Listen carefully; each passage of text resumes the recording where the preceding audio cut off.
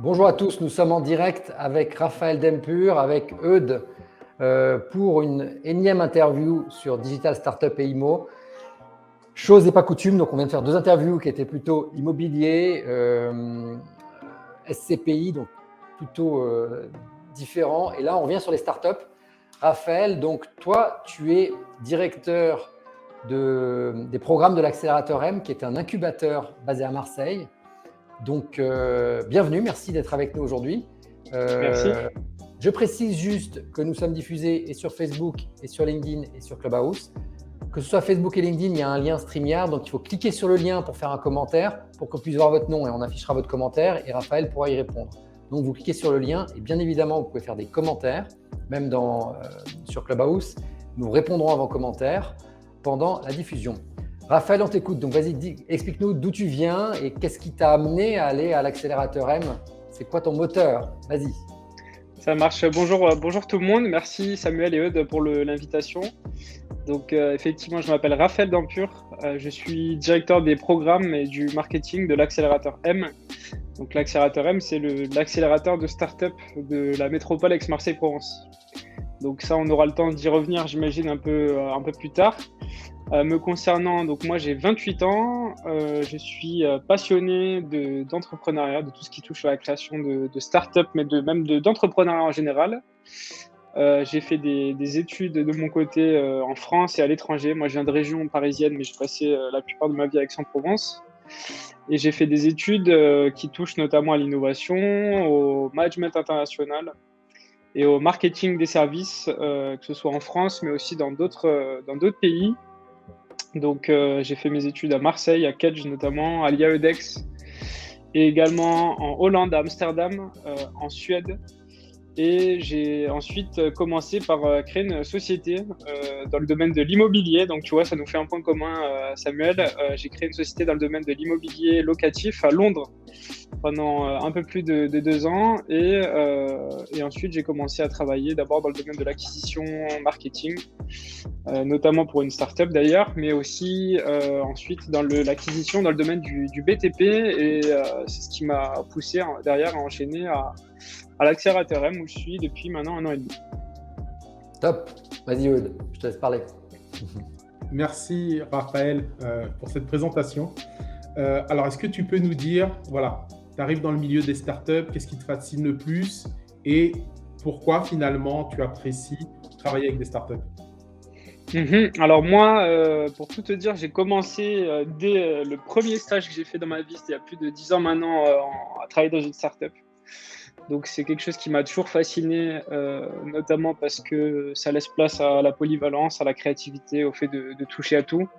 Ça, c'est un des premiers points qui me plaisait à titre personnel. J'ai toujours été intéressé par l'entrepreneuriat et c'est pour ça que j'ai décidé justement de travailler dans le domaine de l'accompagnement parce que ça me plaît d'aider, parce que je trouve que c'est un environnement qui est en évolution constante et dans lequel tu peux rencontrer des gens qui sont stimulants, qui sont face à des échecs. Souvent, je trouve que c'est une vision on a une vision qui est assez galvaudée de ce qu'est l'entrepreneuriat, le monde des startups. Je suis pas qu'avec des gens qui sont en train de construire des robots qu'ils ont créés au MIT et qui réussissent à des levées de 100 millions d'euros. C'est pas vraiment ça le quotidien d'une startup, en tout cas pas chez nous. Et je trouve ça hyper stimulant justement d'être avec des gens qui entreprennent, qui ont envie de bouger, de faire les choses par eux-mêmes, de se confronter à des erreurs, à des difficultés. Donc c'est ça qui m'a vraiment le plus intéressé dans ce domaine-là. De notre côté, on en voit souvent au quotidien et à titre personnel, c'est aussi quelque chose d'intéressant que de rencontrer des gens qui font des erreurs parce que on dit toujours qu'un entrepreneur apprend plus de ses erreurs que des choses qu'il réussit. Donc moi, j'essaie justement de me nourrir des erreurs des autres. C'est encore mieux, ils les font à ma place et j'en apprends quand même. Donc c'est ça qui est intéressant justement pour moi de travailler dans le domaine de l'accompagnement. D'accord. Tu as dit donc que tu as commencé à travailler dans des startups. Tu as travaillé dans quelle startup, si tu peux les citer? Ouais, bien sûr, aucun souci. J'ai travaillé le premier stage que j'ai fait, celui qui m'a donné le goût à tout ça, c'était dans une startup qui est située à Aix-en-Provence, c'est Webikeo, qui est le leader des webinaires B2B en France.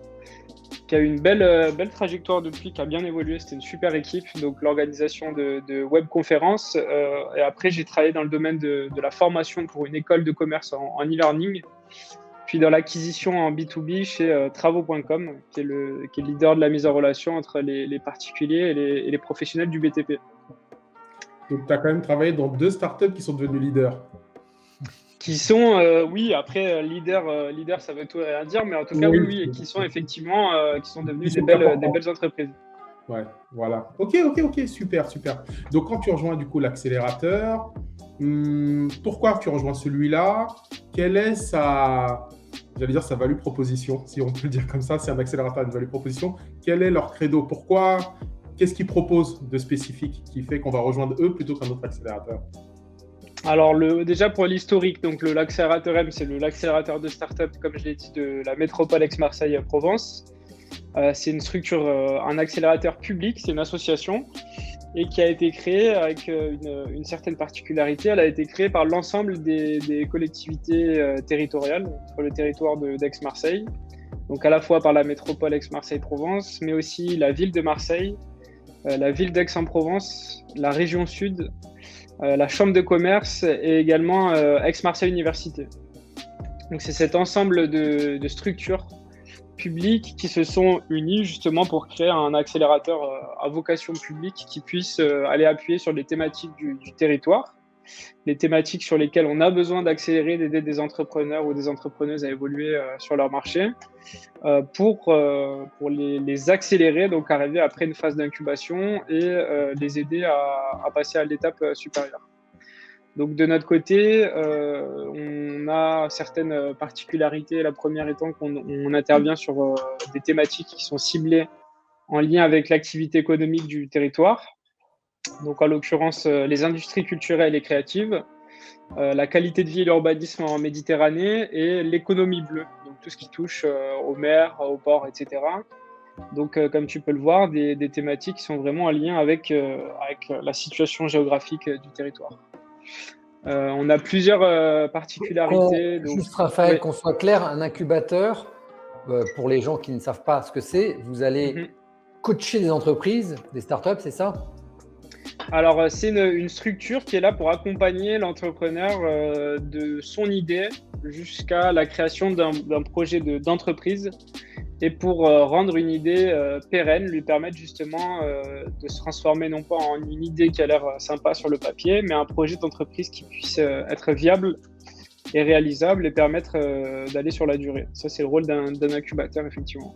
Et encore une fois, pour ceux qui nous écoutent, eu égard au financement, est-ce que vous les aidez, vous les mettez en relation? Comment est-ce que ça peut les accompagner par rapport à ça? Parce que c'est un peu le nerf de la guerre, l'argent.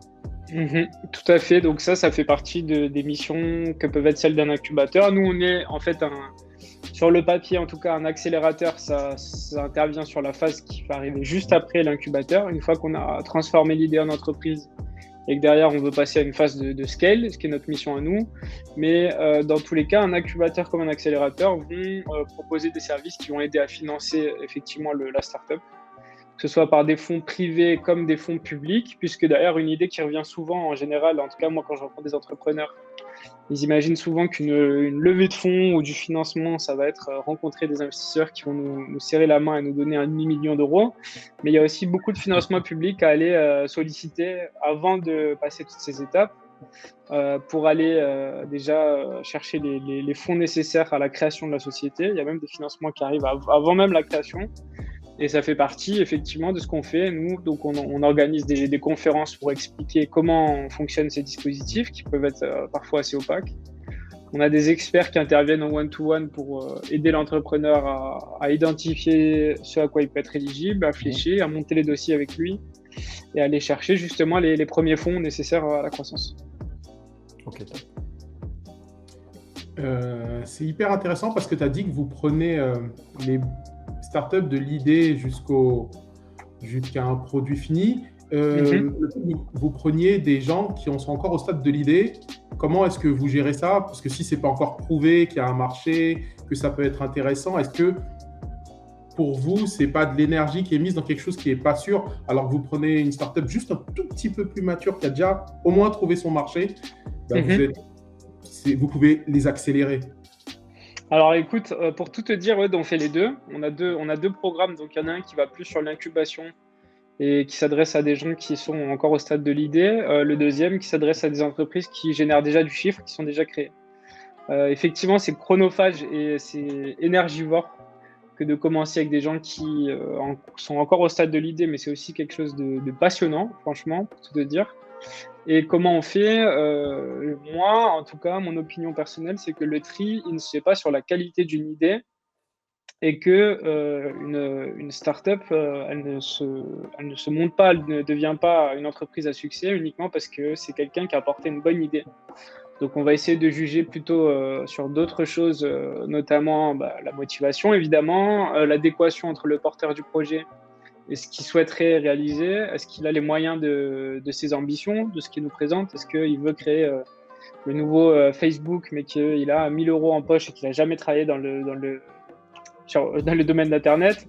Ça, c'est quelque chose qui va jouer. Et surtout, je pense que le déploiement d'une startup va avoir sûrement plus de chances de faire réussir le projet que l'idée en elle-même. Nous, on croit beaucoup à tout ce qui touche à la méthodologie Lean Startup et qu'on pourra détailler d'ailleurs si vous voulez. Et du coup, je pense que c'est vraiment primordial pour quelqu'un qui est encore au stade de l'idée de ne pas rester fixé dessus et de vouloir plutôt aller à la rencontre de ses clients et être à même au niveau psychologique de remettre en cause ses intuitions et ce qu'il pense pour aller en adéquation avec son marché et non pas avec ce qu'il avait prévu au départ. Ok, top. Du coup, oui, on pourra revenir sur la manière dont vous fonctionnez. Première chose, est-ce que les startups chez vous, elles bossent chez vous ou non? C'est de l'accompagnement, mais elles ont leurs propres locaux? Alors, les deux, j'ai envie de te dire, nous, en tout cas, on laisse la possibilité de travailler depuis nos locaux. On a un espace qui est situé donc, à la Cité de l'Innovation et des Savoirs Aix-Marseille, à la Joliette, à Marseille. On a un espace d'un peu plus de 300 mètres carrés, donc les startups peuvent bosser depuis l'espace, mais souvent, il y en a qui bossent depuis leurs locaux, qui préfèrent travailler depuis chez eux. Il y en a d'ailleurs qui n'ont pas encore de locaux, puisqu'ils n'ont pas encore créé la société. Donc, les deux sont possibles. Ok, top. Et du coup, ma question, à mon avis, tu la vois venir, c'est quel est ton regard sur l'émulation d'être avec d'autres entrepreneurs, cette excitation de voir d'autres gens bosser, réussir des choses et du coup être avec eux versus être dans son coin et développer sa culture, qui est aussi une autre théorie, parce que quand on est dans son coin, on peut vraiment développer son ADN et sa culture et pas jouer avoir l'attitude startup parce qu'on est dans un écosystème et qu'on va passer plus de temps à jouer à l'entrepreneur qu'être dans son business. Alors, écoute, je trouve que c'est un débat intéressant et je te rejoins là-dessus. Moi, je crois évidemment beaucoup à la force du réseau que tu peux te créer, des gens que tu peux rencontrer. Dans une structure comme la nôtre, tu vas rencontrer... il y a des interventions qui se font en collectif, il y a des interventions qui sont ouvertes au public, des pitch training dans lesquels on invite des gens qui sont totalement différents. Samuel a pu y participer d'ailleurs, par exemple.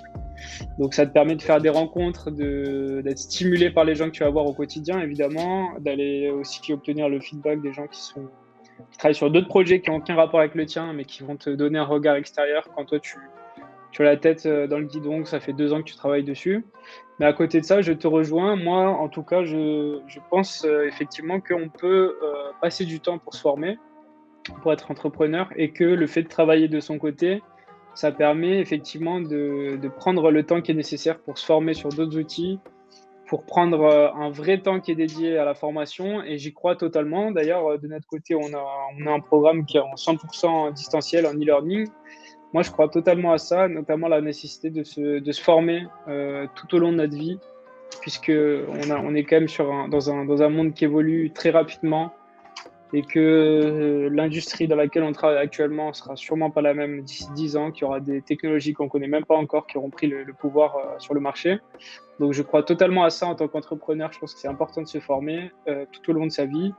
Et d'ailleurs, tu vois, à titre personnel, j'ai encore fini un master l'année dernière et je suis en train de me former actuellement sur un certificat. Donc, je suis convaincu que je ferai ça, en tout cas, je l'espère, toute ma vie et que c'est important de faire ça en tant qu'entrepreneur. C'est un super mindset.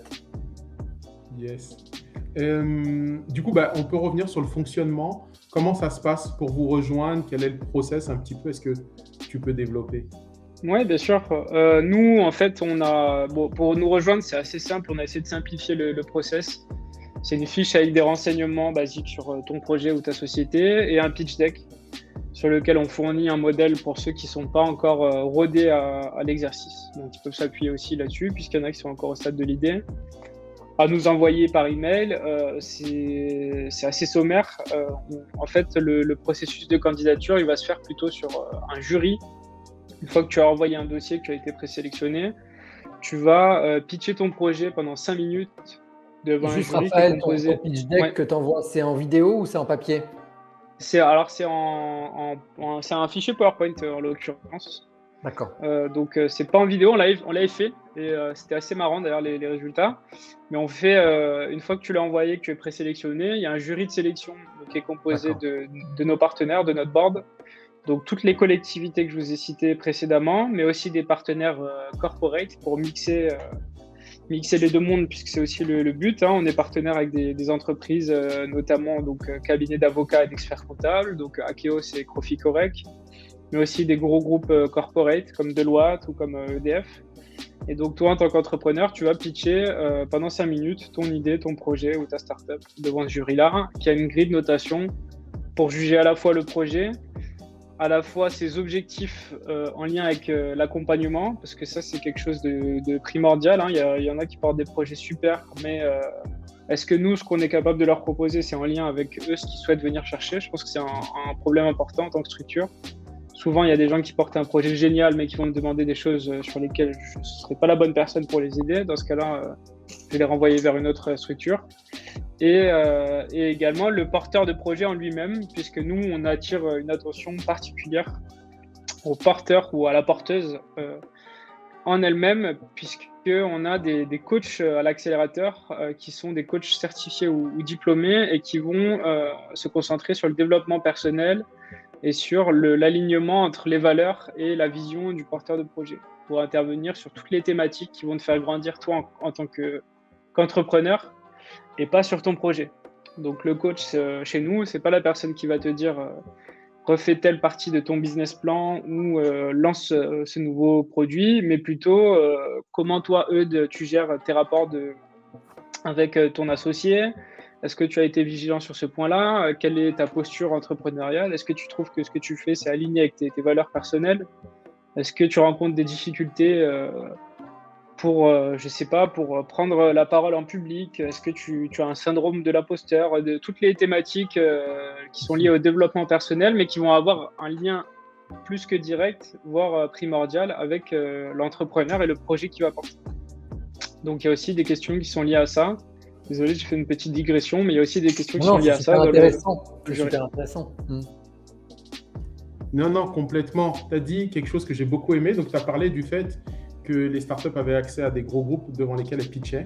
Mais justement, dans leur ADN, les startups, elles sont là pour innover. Et un gros groupe, ça a du mal à bouger. Ça voit l'innovation après. Parce que c'est déjà un gros groupe, c'est plus une startup, enfin, si ça l'était à l'origine. Comment est-ce que tu vois le fait que justement, ces startups-là aillent chercher des conseils chez des gens qui finalement comprennent peut-être même pas ce qu'elles font ou vont le comprendre à travers les chiffres, à travers le potentiel de business, mais à l'instant et à la taille où elles sont, ils voient pas, ils peuvent pas, parce que c'est des grands groupes par définition. Comment tu vois ça? Est-ce que c'est pas un truc qui se confronte un petit peu? Alors, c'est vrai que c'est assez paradoxal. Après, je pense que maintenant, on est quand même à une époque où les gros groupes qui sont acculturés à l'écosystème startup. Yeah. Il y a 8, je crois que j'avais travaillé sur le sujet, il y a plus de 8 groupes sur 10 qui ont un budget qui est dédié à l'open innovation, à l'innovation ouverte. Et donc, au fait de justement travailler avec des startups. Après, ça reste deux mondes qui sont totalement différents, deux langages, deux aspirations qui sont différentes.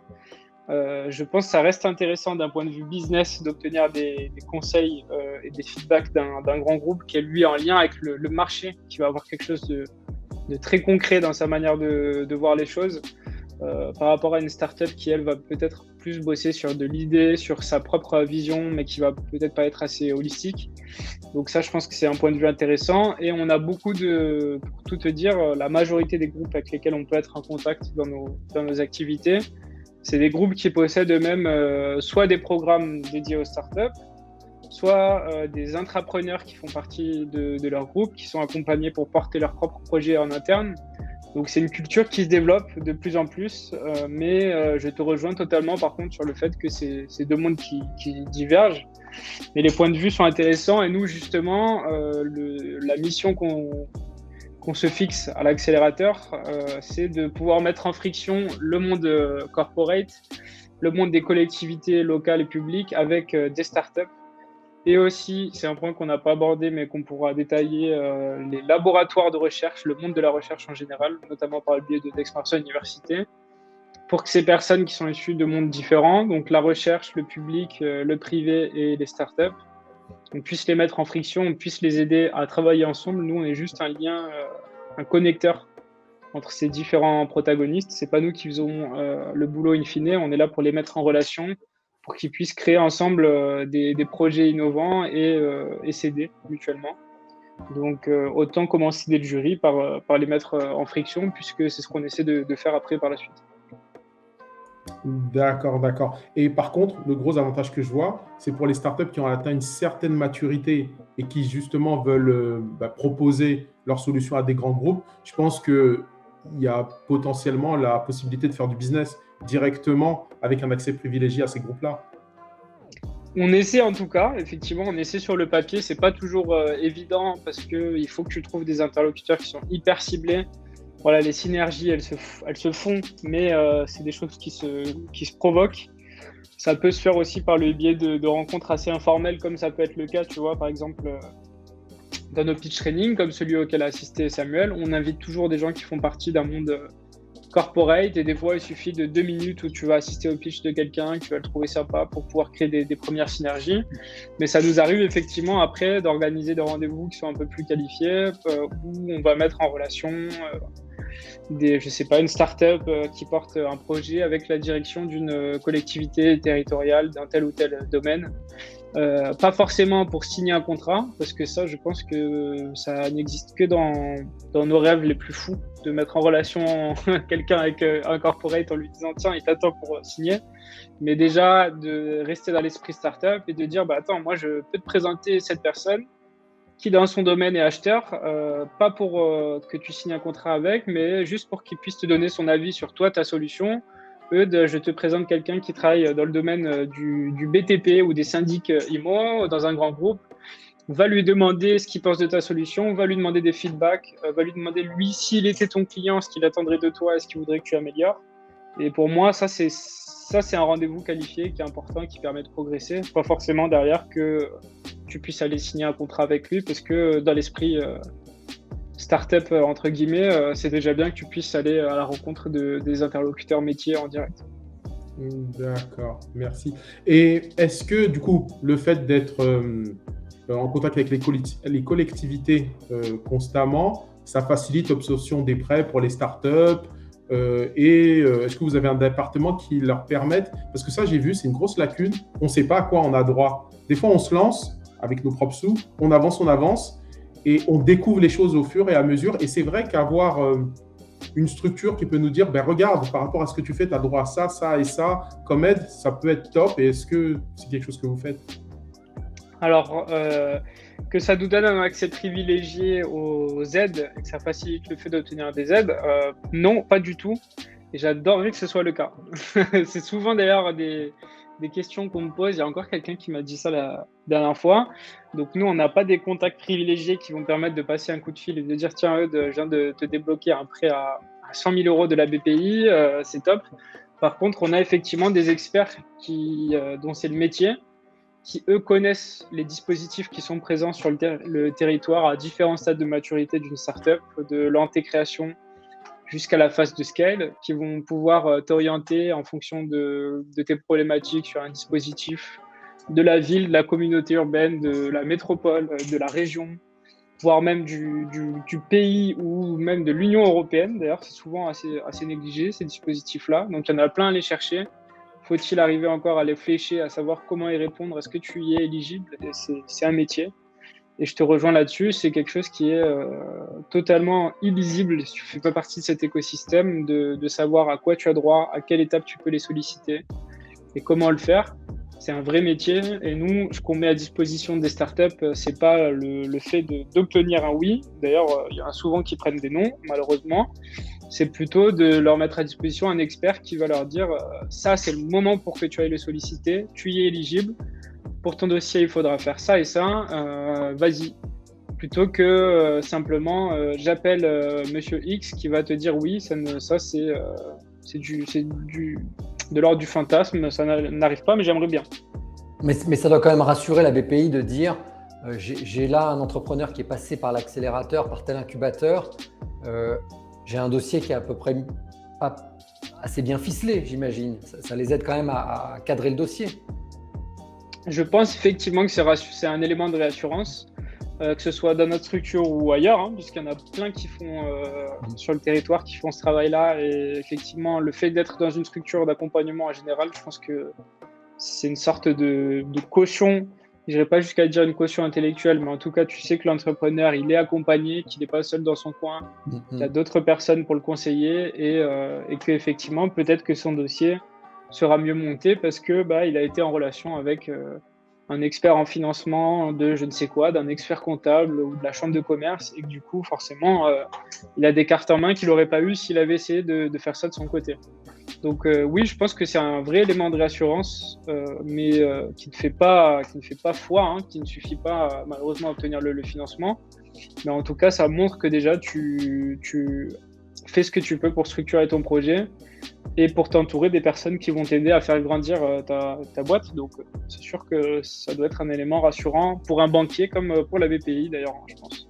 Parce que ce qu'on a constaté avec eux, c'est que sur la vingtaine d'interviews qu'on a eues jusqu'à présent de start-upers, on en a 4-5 qui nous ont dit moi, j'ai été incubé par, c'était le cas de Fabrice Soulet en Loire-Atlantique, j'ai été incubé par un incubateur au Sable d'Olonne, j'ai répondu à un concours.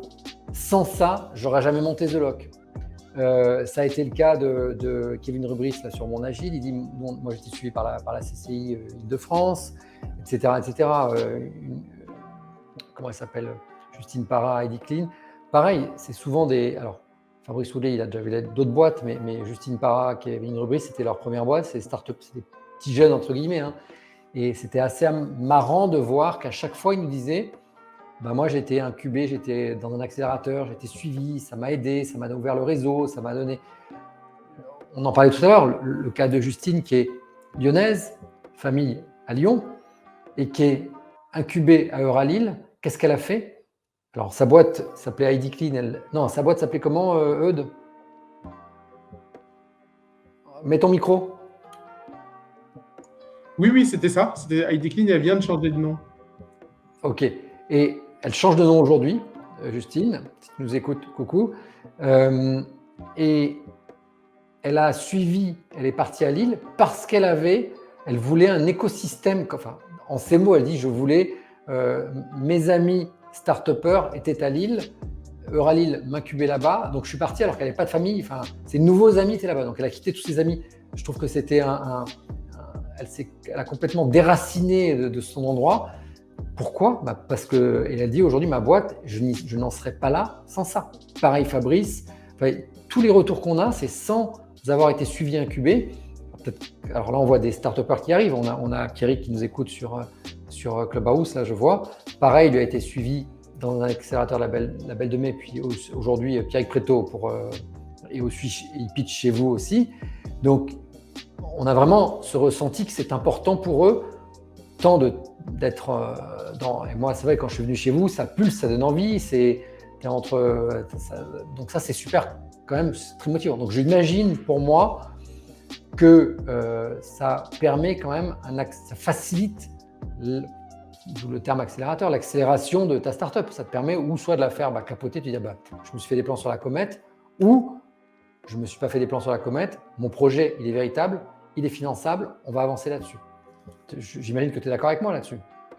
Je te rejoins totalement. Je pense que c'est, quelle que soit la structure, hein, parce que pour le coup, là, je ne suis pas là pour prêcher pour ma paroisse, mais plutôt l'accompagnement en général. Hein. Tu as cité d'ailleurs l'incubateur Belle de Mai, c'est aussi une super structure sur le territoire, et il y en a plein d'autres.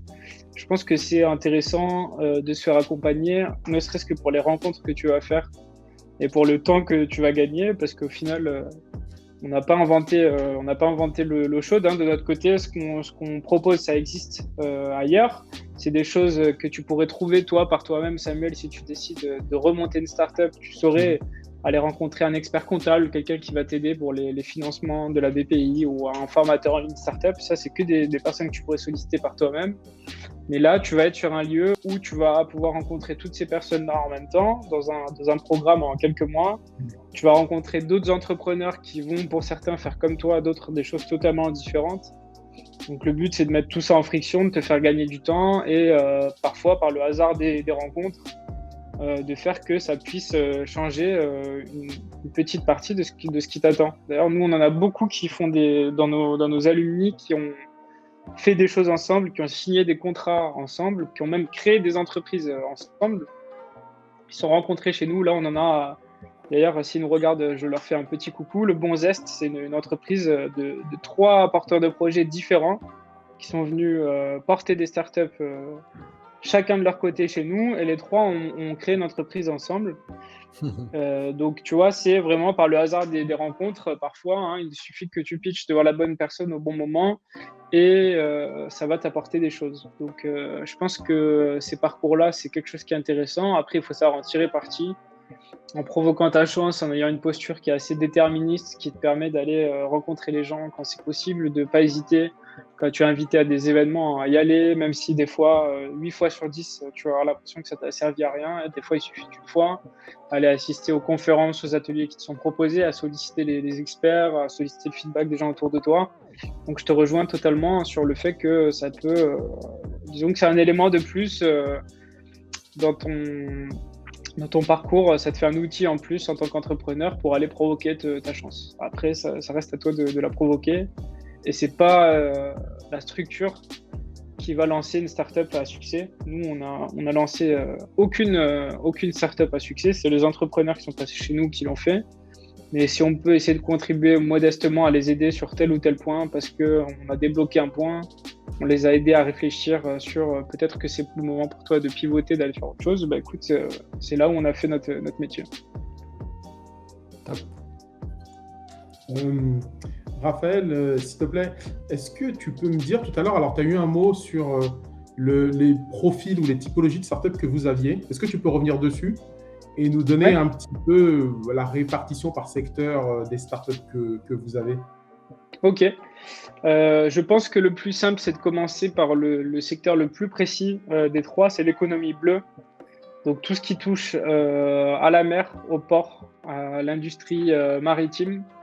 Donc sur ça, je peux te donner des exemples. On a accompagné par exemple Iadis, qui est un robot de dépollution marine, qui est présent dans plus de 10 pays actuellement. On a accompagné Innova, qui est le premier bateau de plaisance à hydrogène au monde. Ça, c'est des exemples sur cette catégorie-là. La seconde, c'est la qualité de vie et l'urbanisme en Méditerranée. C'est beaucoup plus large. C'est tout ce qui peut t'aider, en fait, tout ce qui peut aider le citoyen qui vit en Méditerranée à mieux vivre sur son territoire. Donc, ça peut être des projets en Smart City, ça peut être des projets en Green Tech qui ont un lien avec l'environnement, tout ce qui peut aider la personne à mieux vivre sur le territoire. Donc, ça, c'est quand même bien plus large. Ça peut être même des projets qui vont aider par exemple le citoyen à mieux vivre en tant que citoyen. On a vu un projet, tu vois, qui permettait de mieux mobiliser les remontées des citoyens de la ville de Marseille pour qu'ils puissent faire des propositions aux collectivités ou qu'ils puissent s'engager dans les élections. Ça peut être un projet qui rentre avec ça. Et la dernière catégorie, c'est les industries culturelles et créatives. Donc là, c'est vraiment encore plus large et c'est tout ce qui va toucher à de la culture. Ça peut être des projets en lien avec le monde de la restauration, comme avec le monde du cinéma, de la musique. On en a eu, si vous voyez derrière moi, vous avez en bleu, hop, je me décale pour que vous puissiez le voir, vous avez un disque de platine qui a été gagné par une de nos startups qui a accompagné le projet très organisé. Donc c'est une catégorie qui est encore plus large. Vous avez le tableau qui est aussi derrière moi. Pardon ? Ta startup qui a accompagné très organisé, ils ont fait quoi exactement ?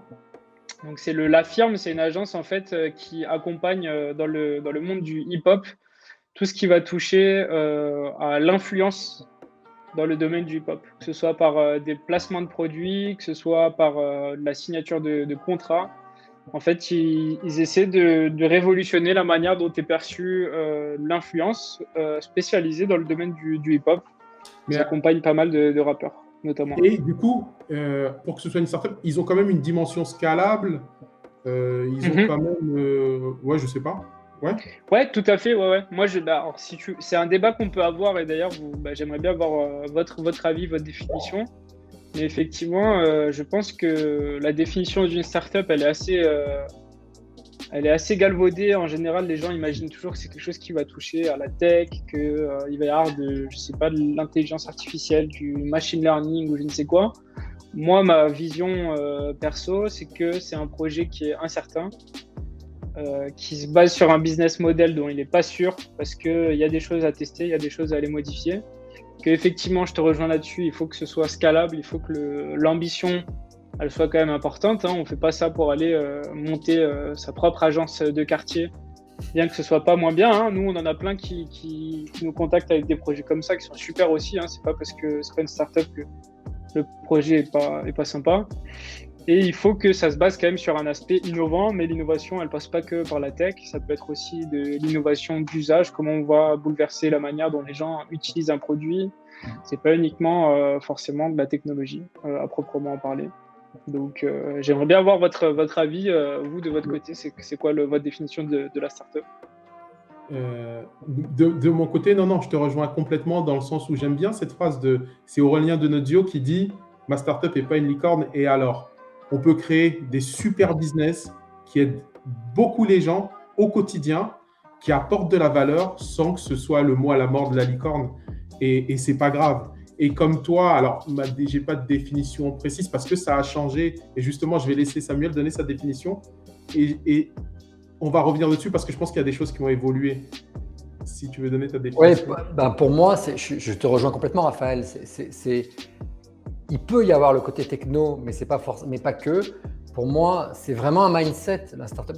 Pour moi, la startup, c'est vraiment une manière de travailler, une manière d'appréhender un business.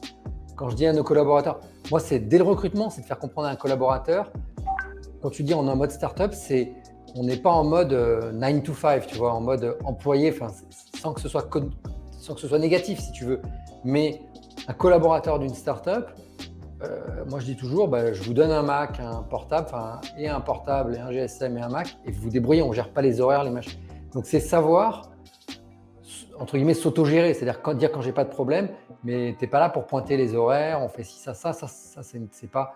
Donc, c'est véritablement un état, pour moi, c'est un mindset. Donc, ça peut être de l'innovation. Nous, dans notre cas, chez WeLoge, par exemple, c'est une innovation d'usage sur la manière de gérer la vente immobilière. Là-dessus, on est complètement novateur. On n'est pas tellement dans la technologie. Alors, on l'est de plus en plus parce qu'on redéveloppe des logiciels, mais on ne l'était pas jusqu'à présent, si tu veux. Mais on se considère en mode startup. Donc qu'est-ce qui nous différencie? Alors, tu pourrais dire, non, on ne fait pas du logiciel, on fait pas… Donc, je suis d'accord avec toi. C'est de l'usage, c'est de la manière Et c'est… Au-delà de ça, pour moi, c'est un mindset. C'est véritablement, c'est ça qui fait que tu es startup ou pas. Vas-y, Eudes. Oui, justement, donc… Je te disais, je pense que les choses ont beaucoup évolué. C'est pour ça que la définition, elle est large et j'aime bien celle de Samuel. Également, parce que finalement, j'ai l'impression que pendant beaucoup d'années, on s'est calqué sur la culture américaine, de la startup, le garage, la cool attitude, le fait de faire beaucoup de choses. Et finalement, plus je t'entends parler et plus j'entends parler beaucoup d'acteurs de ce milieu-là, je ne vais pas dire que l'ambition a été revenue, c'est qu'on est plus raisonné sur ce qu'est une startup et qu'aujourd'hui, les gens sont réalistes par rapport à ce qu'ils sont capables de faire. Et c'est pas, je lance un truc, je vais conquérir le monde demain. Tu vois, j'ai l'impression qu'il y a plus une prise de conscience et on adapte aussi son business au pays dans lequel on vit. Je sais pas. Après, j'aimerais que toi, tu nous donnes ta vision là-dessus. Aujourd'hui, les mecs ne lancent plus comme il y a 10 ans ou avant en disant « je vais conquérir le monde, je vais à l'américaine ». Aujourd'hui, on est raisonné. Voilà mon business, voilà mon marché. J'y vais comme je peux y aller par étapes. Je pense que c'est aussi quand même un écosystème, un monde qui s'est vachement démocratisé en France. Justement, au début, quand tu arrives sur un nouveau credo, tu penses à ceux qui l'ont fait connaître. Donc les US, effectivement, c'est quand même le berceau des startups. au début, tu te calques sur ce qui se fait là-bas et au bout d'un certain moment, tu commences à te forger ta propre identité, ta propre culture, ta propre manière d'appréhender les choses. Donc peut-être qu'on est en train de créer nos différences, notre manière de faire. Après, on a encore pas mal de choses à leur envier sur certains points, hein, tant dans l'ampleur des financements que dans la technologie qui est créée là-bas, dans le nombre de boîtes à succès qui sont créées. Mais je me dis que c'est pas plus mal. Et effectivement, pour moi, ça c'est pas forcément en lien avec la tech, c'est plus en lien avec l'innovation. Je pense que c'est bien de marquer le distinguo là-dessus entre technologie et innovation, parce que c'est souvent les deux sont assimilés à la même chose, alors que selon moi, c'est pas forcément le cas. Et aussi sur l'état temporaire, parce qu'une startup, par définition, pour moi, c'est une entreprise qui cherche à innover, à aller tester un nouveau modèle, mais tu n'as pas vocation à rester une startup, à moins que tu crées une nouvelle innovation tous les 2 ans, ce qui peut être le cas. Tu n'as pas vocation à être une startup toute ta vie ou à chercher à l'être toute ta vie. Au bout d'un moment, tu deviens une entreprise qui a trouvé son business model, qui roule, qui n'a pas besoin d'aller pivoter tous les ans et d'être sur un modèle incertain, à se dire est-ce que mes fonds, les fonds que j'ai actuellement, ils vont me permettre de tenir l'année. Au bout d'un moment, tu trouves ton modèle et par définition, ce titre, ce statut de startup, tu n'as pas vocation à l'avoir toute ta vie. En tout cas, moi, si je monte une startup, je pense que ma réussite, ça va aussi de devenir une entreprise plus classique, qui est stable, qui a un modèle qui est prouvé et qui va pouvoir aller de l'avant et pas forcément chercher à aller révolutionner tout ce que je fais chaque année, parce que c'est quand même assez fatigant pour le corps et pour le cerveau. Mais toi qui as bossé au UK, justement, quelle est ta vision de la France aujourd'hui, puisqu'on en parle beaucoup par rapport aux startups? Est-ce qu'on a des choses à envier au UK ou est-ce qu'on est quand même bien positionné pour quelqu'un qui veut monter sa startup demain? Je pense, alors moi je travaillais pas dans l'écosystème, j'ai créé une entreprise mais c'était pas une startup. Ah oui. En termes de création d'entreprise, je pense clairement qu'on a des choses à leur envier. Par exemple, moi j'ai créé mon entreprise au UK depuis mon téléphone et j'étais dans un bar et je suis ressorti de ce bar avec un numéro de sirène. Donc tu vois, je pense pas que ce soit possible. On n'est pas encore là, non. Oui. On n'est pas encore là, mais ça a bien progressé. D'après les retours que j'ai des entrepreneurs, c'est quand même beaucoup plus facile à l'heure actuelle. Mais ça, je pense que c'est clairement des choses sur lesquelles on a encore à progresser. Ils sont encore devant nous. Après, notre écosystème, les chiffres le montrent, hein. Je pense c'est une des années records en termes de création d'entreprises en France, en termes de levée de fonds, en termes de nombre de licornes, même si pour moi, ce n'est pas un des indicateurs qui peut être les plus intéressants, mais ça reste à considérer. On a vraiment bien rattrapé notre retard. On a des financeurs qui mettent en place des aides. On a la BPI qui est quand même un acteur de l'État qui aide les entrepreneurs. On a les structures d'accompagnement. On est sur plus de 300 ou 400% de structures d'accompagnement en France en moins de 10 ans. Donc l'écosystème se développe et je pense vraiment que c'est un bon pays pour entreprendre. Et une autre question, c'est vous, accélérateur donc de la métropole, est-ce que tu as des méthodes, des liens avec d'autres accélérateurs d'autres régions? Première question. Et seconde question, est-ce que si je veux être incubé chez vous et que le siège de ma boîte est sur Valence, c'est possible ou pas? Est-ce que c'est limitatif par siège social? Ces deux questions-là. Alors, la première, oui, on a des liens avec d'autres territoires et ça fait vraiment partie de nos aspirations. L'une des missions qui a été créée qui a été fixée à l'accélérateur quand il a été créé, donc par notre directeur, par Franck Arrojo, c'était de faciliter les connexions business et les implantations entre les deux rives de la Méditerranée, donc entre le hub méditerranéen, Marseille et l'Afrique.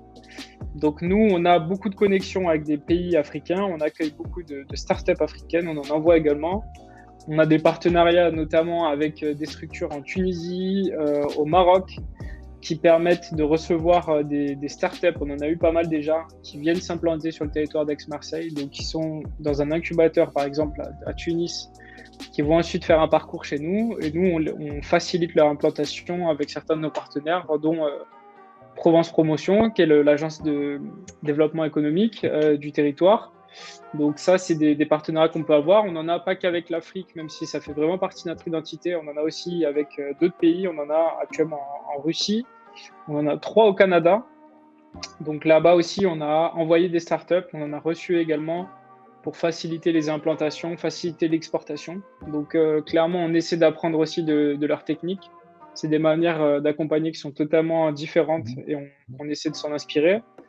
Et ta deuxième question, c'était sur le siège. C'est pas restrictif au moment de l'inscription de dire il faut absolument que tu aies un siège sur Aix-Marseille, même si ton entreprise est à Valence au moment où tu t'inscris, mais il faut effectivement avoir une volonté de faire du business ici et d'ouvrir une antenne ou une maison mère ici, puisque nous, on reste une structure à vocation publique, on est financé en partie par la puissance publique et par la métropole qui porte le territoire. Et donc, forcément, en toute logique, on aide des entreprises qui veulent… C'est la logique de créer de l'emploi ici, en local, c'est clair. Voilà, mais l'emploi ne se crée pas qu'ici. Donc, tu vois, par exemple, c'est aussi pour ça qu'on aide des entreprises d'ici à s'implanter, à aller s'exporter en Afrique, à aller agrandir leur marché, à aller viser des territoires émergents, parce que ça va sûrement créer de l'emploi de manière indirecte ici, parce qu'ils ont généré du chiffre là-bas. Donc, on n'est pas focus uniquement sur Aix-Marseille, mais c'est vrai que c'est forcément un critère pour nous rejoindre. Top. Non, mais c'est génial, l'ouverture, tu as parlé du Canada, de la Russie, de l'Afrique. Pour vous, en plus, je pense qu'il y a une sorte de réciprocité. Vous apprenez et récoltez beaucoup de data sur ces pays-là et ça vous permet justement d'avoir une connaissance et à terme pouvoir accompagner encore plus de gens en dehors de ta région. Ça, c'est super, vraiment. C'est passé hyper rapidement, Raphaël. Merci beaucoup. Merci à vous. Vraiment, c'est 3 quarts d'heure, c'est très très vite passé dans cette ambiance-là où on apprend des choses. Alors j'ai une question pour toi. Toi qui vois beaucoup d'entrepreneurs, c'est quoi ta définition d'un entrepreneur ? Ma définition d'un entrepreneur, c'est quelqu'un qui prend des risques et qui se remet perpétuellement en cause.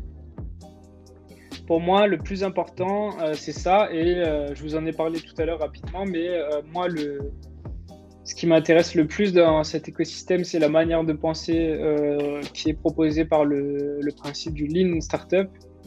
C'est d'innover en continu et de savoir remettre en cause tes intuitions et ce que tu penses être vrai. Puisque souvent, quand tu arrives en tant qu'entrepreneur, tu repars avec une idée différente de celle que tu avais en tête à la base. Et pour moi, être entrepreneur, c'est ça. C'est prendre des risques et savoir être assez humble pour te dire que tes mauvaises idées, il faut les mettre de côté et que tu peux apprendre autre chose de tes clients que ce que tu avais en tête. Donc, c'est la définition que je te donnerai, même si on peut sans doute en trouver plein. D'accord. Ben, merci. Samuel, je te laisse. Merci Raphaël. Donc si vous êtes dans le 13, vous pouvez joindre Raphaël. Si vous avez des questions, vous n'êtes pas dans le 13, vous pouvez aussi le joindre. On mettra son lien quand on publiera sur YouTube. Donc Raphaël, c'est Accélérateur M. Donc c'est intéressant si vous voulez. Idée de création, très accessible, très abordable. Moi, je vais souvent écouter les pitchs. C'est super intéressant. Ça donne des idées, ça permet de voir, de se projeter déjà.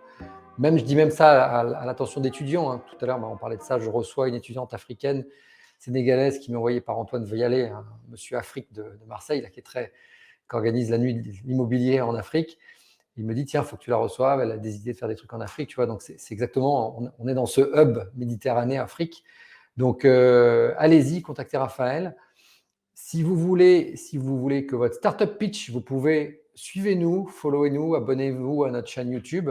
Donc, nous, on fait pitcher des start-upers, on a parlé immobilier, on parle start-up, on parle digital, on parle un peu de tous ces sujets. Et surtout, ce qui nous intéresse, c'est l'humain, c'est comment on avance. Merci Raphaël, à très bientôt et à très vite pour de nouvelles aventures.